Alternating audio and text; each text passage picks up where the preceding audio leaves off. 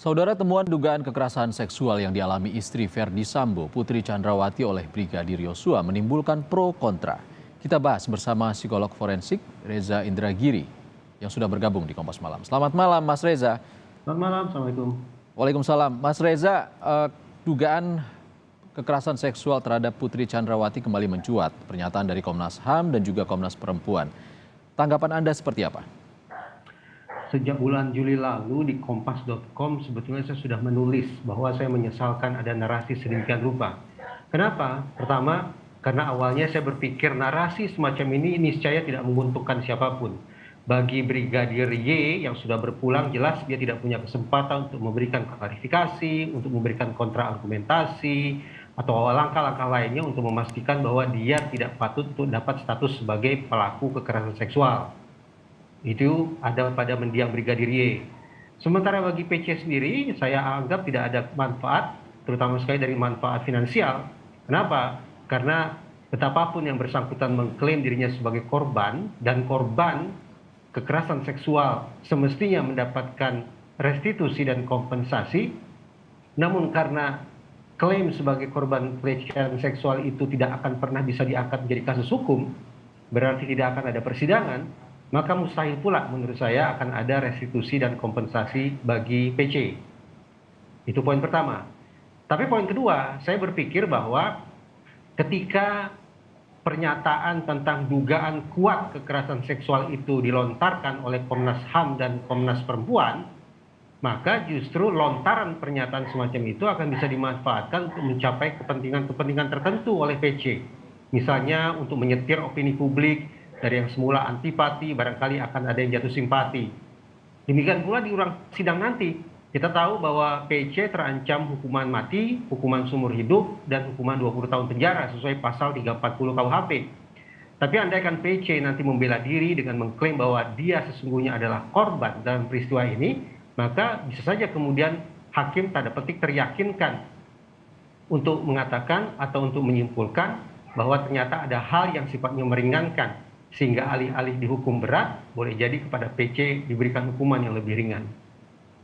Artinya motif jika nantinya ada pernyataan motif dugaan kekerasan seksual yang muncul di persidangan ini bisa meringankan bagi terdakwa. Kalau bisa meyakinkan majelis hakim, memang hitung-hitungan di atas kertas demikian. Tetapi pada saat yang sama, saya juga membayangkan akan sangat sulit bagi PC untuk meyakinkan publik, lebih-lebih lagi meyakinkan majelis hakim bahwa beliau adalah seorang korban, bahwa sudah terjadi kekerasan seksual di Magelang. Kenapa? Paling tidak dalam catatan saya ada 4 persoalan ini. Pertama, saya sampai detik ini masih belum teryakinkan bahwa ada seseorang yang melakukan kekerasan seksual sedemikian rupa, apalagi kalau bentuknya ruda paksa ya, kalau bentuknya ruda paksa, justru dilakukan di wilayah yang tidak dikuasai oleh si pelaku sendiri. Misalnya dia tidak bisa menghilangkan CCTV, dia tidak bisa mengusir orang-orang keluar dari sana, padahal orang-orang itu berpeluang menjadi saksi. Si pelaku juga tidak bisa menutup akses bagi sasaran untuk melarikan diri. Si pelaku juga tampaknya akan kesulitan untuk membersihkan jejak-jejak kejahatannya dari lokasi. Nah, itu persoalan pertama, bahwa pemilihan lokasi menurut saya amat sangat janggal ketika ada seseorang, dalam hal ini yang disebut-sebut adalah Brigadir Y, melakukan kekerasan seksual di tempat semacam itu. Itu pertama. Yang kedua, tindak tanduk, baik itu perbuatan maupun perkataan PC, justru menganulir klaimnya sendiri bahwa dia adalah seorang korban. Dia muncul di Makobrimob, dia memberikan pernyataan secara terbuka, bahkan dia perkenalkan dirinya, dia sebut namanya. Tindak tanduk semacam itu sungguh-sungguh menurut saya bertentangan dengan undang-undang tindak pidana kekerasan seksual, dan juga kontras dengan gambaran korban kekerasan seksual pada umumnya. Korban kekerasan seksual pada umumnya berdasarkan riset diketahui memilih untuk mengisolasi diri, menghindari adanya kontak dengan dunia luar. Tapi faktanya PC justru muncul di hadapan publik. Itu masalah kedua. Masalah ketiga, PC ini tampaknya berdasarkan pemberitaan selektif dalam memilih siapa yang akan dijadikan sebagai teman bicara. Tempo-tempo dia sakit sehingga tidak bisa diperiksa oleh LPSK, tapi di lain waktu justru tampaknya cukup sehat, cukup kooperatif ketika diperiksa oleh lembaga yang lain. Jadi kesannya kadang-kadang sakit, kadang-kadang sembuh. Muncul pemikiran saya, apakah ini sungguh-sungguh sakit ataukah pura-pura sakit. Tapi kalau Kalau kata memang Komnas Perempuan kan Bu Putri Chandrawati ini mengalami trauma dan depresi ya, hingga ingin mati, Mas. Bagaimana tanggapan Anda? begini, saya berempati terhadap seluruh korban kekerasan seksual yang mengalami trauma, yang mengalami depresi, yang ingin mati. Tapi pokok persoalan yang saya angkat adalah trauma, depresi, ingin mati, apakah ia sifatnya selektif, hanya muncul secara insidental. Ketika bertemu si A, muncullah traumanya, muncullah depresinya, muncullah keinginan bunuh dirinya. Tapi ketika diperiksa oleh pihak lain justru tidak kooperatif, enggan berbagi cerita. Nah, ketidakkonsistenan perilaku semacam ini yang membuat saya bertanya-tanya, apakah ini merupakan memang sakit ataukah pura-pura sakit? Kalau memang sakit, maka memang sudah sepatutnya kepada yang bersangkutan diberikan pengobatan. Tapi kalau ternyata ini pura-pura sakit atau malingering, maka ini akan menjadi sebuah persoalan serius juga dari sisi hukum. Itu alasan yang ketiga. Dan alasan yang keempat adalah dengan segala hormat, PC tampaknya juga merupakan salah satu pihak dalam kasus ini yang bergonta-ganti keterangannya. Yang sulit lagi untuk ditakar mana kebenaran dan mana kepalsuan yang dia kemukakan.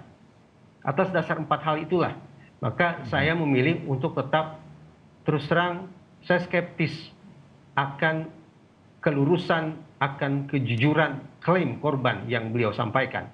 Namun tetap, ini memang merupakan tugas kepolisian untuk melakukan investigasi terhadap klaim itu. Mas Reza, rekonstruksi saat itu disiarkan secara langsung dan cukup lengkap digambarkan.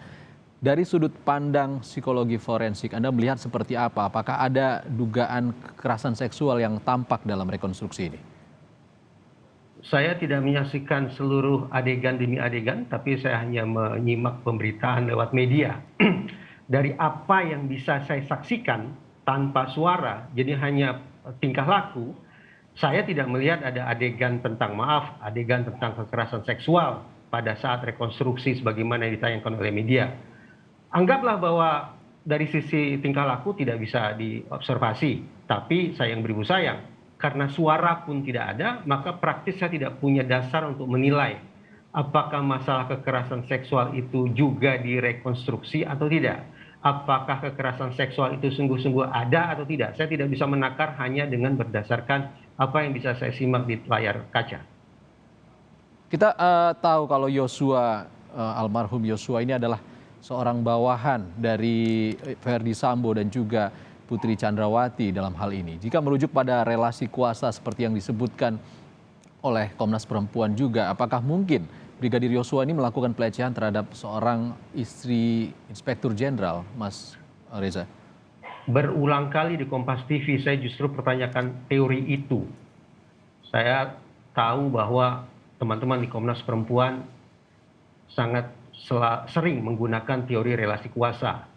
Teori ini ingin mengatakan bahwa kekerasan seksual termasuk ruda paksa dilakukan oleh pihak yang kuat terhadap pihak yang lemah, dilakukan oleh pihak yang dominan terhadap pihak yang submisif, dilakukan oleh pihak yang superior terhadap yang inferior. Nah, mari kita berhitung-hitung di atas kertas. Baik itu di Duren 3 maupun di Magelang, dari 2 nama tersebut, yaitu mendiang Brigadir Y dan PC, kira-kira siapa yang dominan? Kira-kira siapa yang berkuasa? Kira-kira siapa yang superior?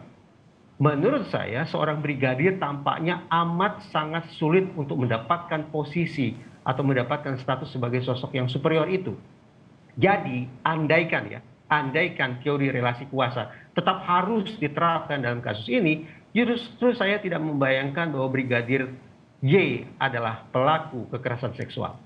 Mas Reza, kalau dalam kasus kekerasan seksual kan kita diminta untuk tetap berdiri dalam posisi korban. Lalu jika dalam kasus dugaan kekerasan seksual ini pemeriksaan psikologis seperti apa yang bisa mengungkap kebenaran dugaan kasus ini?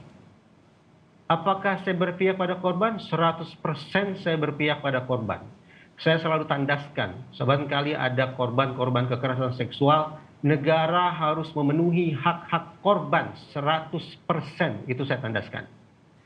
Tapi kalau kemudian kita berhadapan dengan secara umum, klaim-klaim dengan argumentasi yang lemah, dengan pembuktian yang lemah, tentu saja kita juga tidak bisa membabi buta, mengharuskan adanya pihak tertentu yang disalahkan atas klaim tersebut. Nah, kalau terkait dengan teknik pemeriksaan psikologis, dalam kasus semacam ini, maaf, saya tidak akan kebukakan di ruang publik. Karena saya juga tidak mau memberikan aset atau memberikan dasar, memberikan argumentasi, memberikan pengetahuan kepada pihak manapun untuk kemudian memanfaatkan pengetahuan itu untuk kepentingan hukum mereka. Baik, tentunya kita harap ke depan tim khusus Polri atau Bareskrim Polri bisa melakukan kerja secara profesional untuk mengungkap kasus ini seterang-terangnya. Terima kasih Reza Indragiri, psikolog forensik sudah bergabung di Kompas Malam. Terima kasih.